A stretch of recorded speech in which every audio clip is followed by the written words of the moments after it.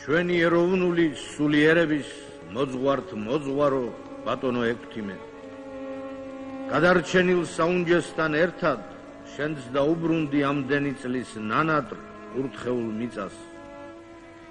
შენი ჩამოსვლა დღესასწაულად იქცა, მაგრამ მოულოდნელი სადგივარიც ბევრი გაგიჩნდა. მოგვიტევე, რომ იმ დროს ყველას არ მიეცა საშუალება შენთვის ხმამაღალი მადლობის თქმისა. მადლობის თქმისა იმ კაცისთვის, ვისაც ძალა ეყო უსახსროსა და მიუსაფარს, წაღმართი გზით გაევლო თუნებებით სავსე ცხოვრების ხეივანი და არც თვალი, არც ხელი, არც ერთი თუნებისკენ არ გაქცეოდა.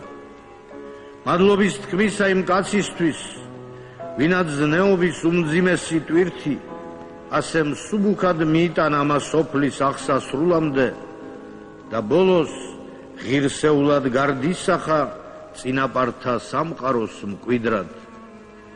იმ ბუმბერას წინაპართა, რომელთა საფლავებიდან დღესაც ამოდის შუქი და ამ შუქზე ხშირად ჩვენც უფრო დიდები ვჩანვართ, ვიდრე ვართ ხოლმე სინამდვილეში. მოგვიტევე ბატონო ექვთიმე, შენ ხომ დიდ სიხარულთან და ერის მადლიერებასთან ერთად სულის ჭრილობებიც გაგატანეთ იმ ქვეყნად. მხოლოდ 48 კაცმა შებედა უკანასკნელ გზაზე გაჰყოლოდა შენს წმინდა კუბოს, მაგრამ იცოდე, ყველა ისინი, ვინც შენ გატკინა გული, თავად დასაჯა მერე დრომ და მართლმსაჯულებამ.